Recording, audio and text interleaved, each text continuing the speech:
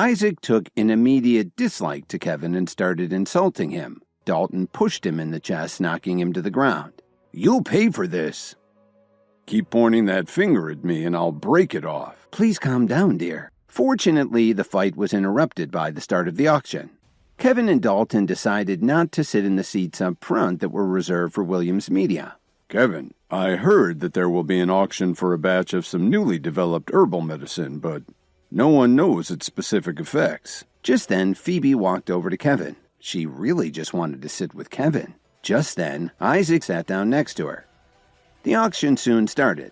The Pearl family rolled out the 4 Dream Lover necklaces to start the auction. A lot consisting of 4 Dream Lover necklaces, starting bid $11 million. $12 million.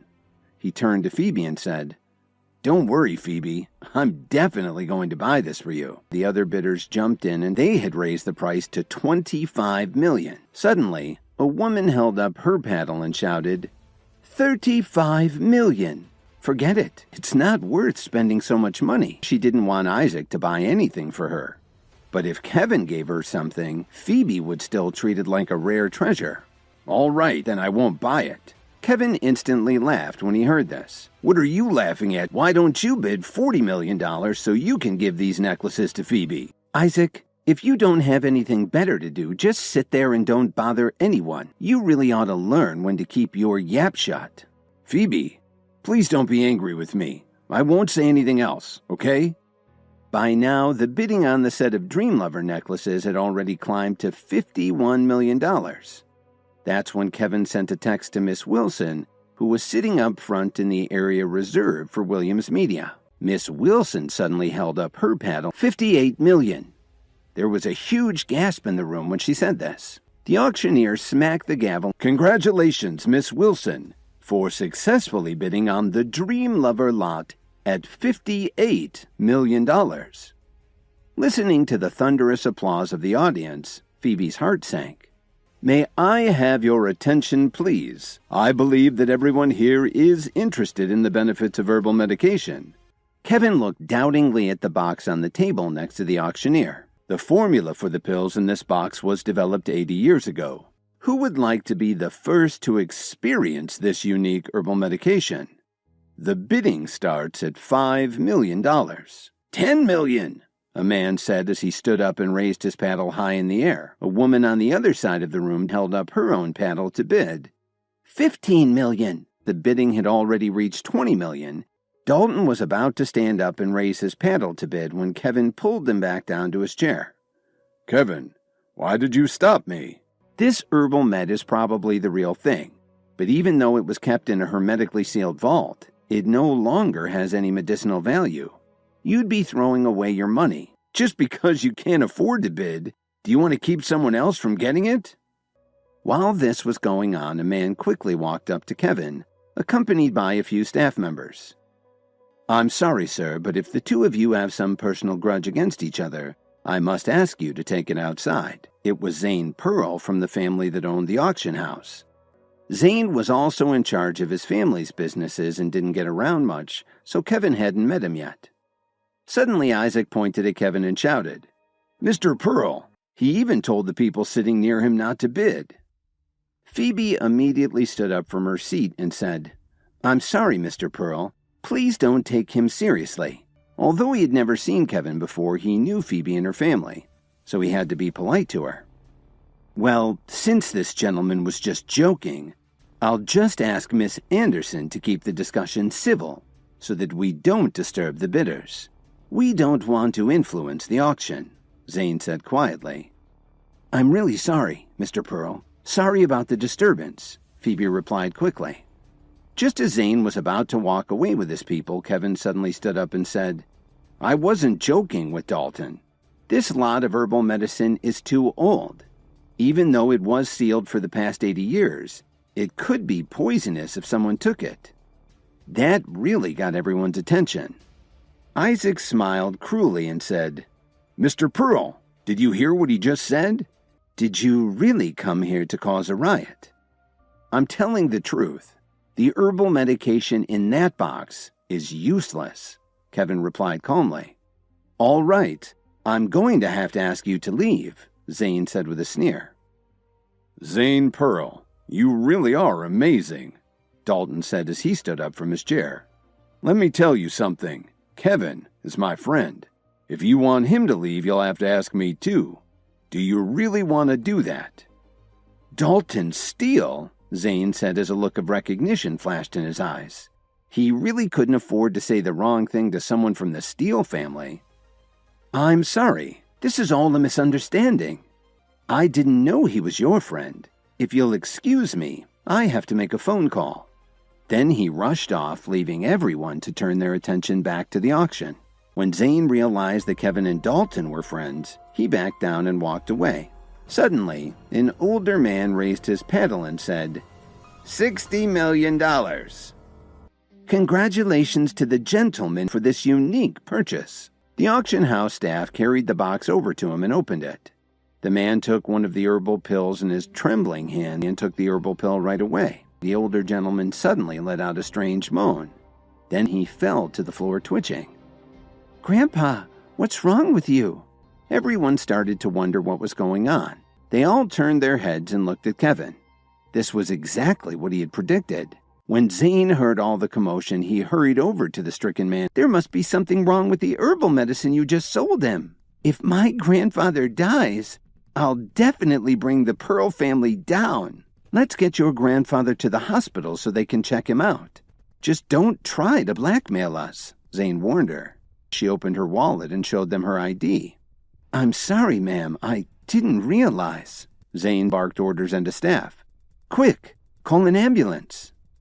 I'm afraid it won't get here in time. He was poisoned by that useless expired herbal pill. If you trust me, let me save your grandfather. But we can't delay any longer.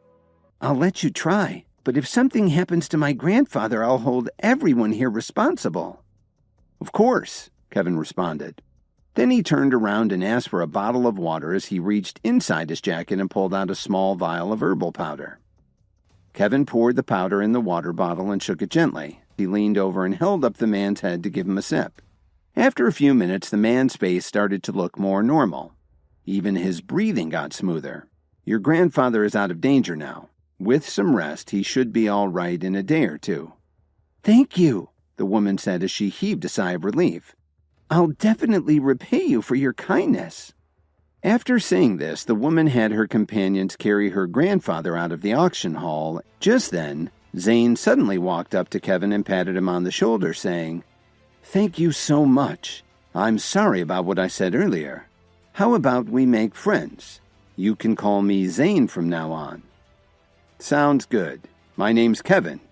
I'm wondering about those two people, Zane. Why were you so shocked to see the woman's ID? When Kevin said this, Zane put his finger to his lips and then pulled over to a corner where no one could hear them. That woman and her grandfather are from a very powerful underworld organization.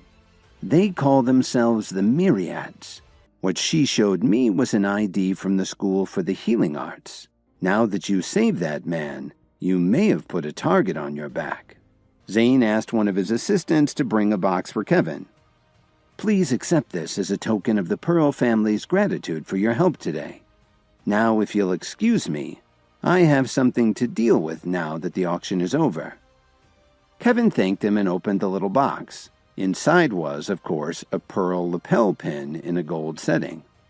Before he reached the car, Kevin ran into Truman Anderson, Phoebe, and Isaac. Miss Wilson hurried over to him. She handed him an exquisite box. Here are the Dream Lover necklaces we bought, sir.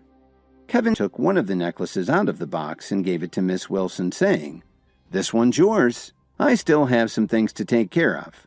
Please head back to the office without me, Kevin said nonchalantly. Thank you again. I'm so lucky to work for a CEO like you. Truman and the other two were shocked. Kevin took out another necklace from the box and walked over to Phoebe. With a big smile, he said, This one's for you. You're the CEO of Williams Media? Who would have guessed? Kevin said with a laugh. Go ahead and take it. Thank you, Phoebe said hesitantly. Can I at least treat you to dinner? Okay, I'm a little hungry too, Kevin said with a smile.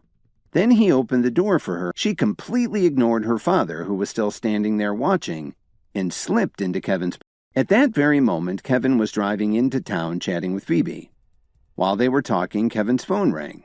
He looked at the caller ID and was surprised to see that it was Officer Emmett. "I'll be waiting for you at the Salix Leaf Hotel," Officer Emmett told him before she abruptly hung up the phone.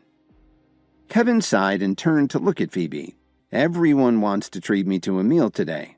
That was Officer Emmett from the Chicago Police. Why don't you come along with me? I'm sure she wouldn't mind." "No thanks. I'll just go home," Phoebe said. "It sounds like you have some business to discuss." "Okay, then I'll drop you off at home on the way." However, Phoebe was very disappointed. She totally didn't think that Kevin would actually do what she asked. Kevin dropped Phoebe off at her family's mansion and then headed over to the brand new Salix Leaf Hotel. When Kevin entered the lobby, he immediately spotted Officer Emmett. "Well, what's going on? Have you heard anything about the Myriads? Would you be willing to try to infiltrate their organization? You have so many highly trained officers, how could I possibly be of any help?"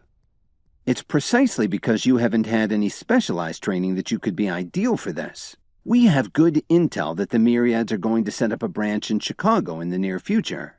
My superiors want us to get to them before they have a chance to gain a foothold. I know what you're capable of. You're our only hope to get inside the group. Where will I go to find them?" "The first prison of Chicago," she replied awkwardly. "I can set it up so you blend in." "You want me to go undercover in a prison?" "We don't have any choice. You'd only have about 10 days. But I haven't said yes yet. If you don't help me, I could lose my job," Officer Emmett said quietly. "Let me think about it." Hi, Kevin here. If you were wondering what happens next, then download the Pocket FM app and listen to the exciting episodes of InstaEmpire now with the link in the description.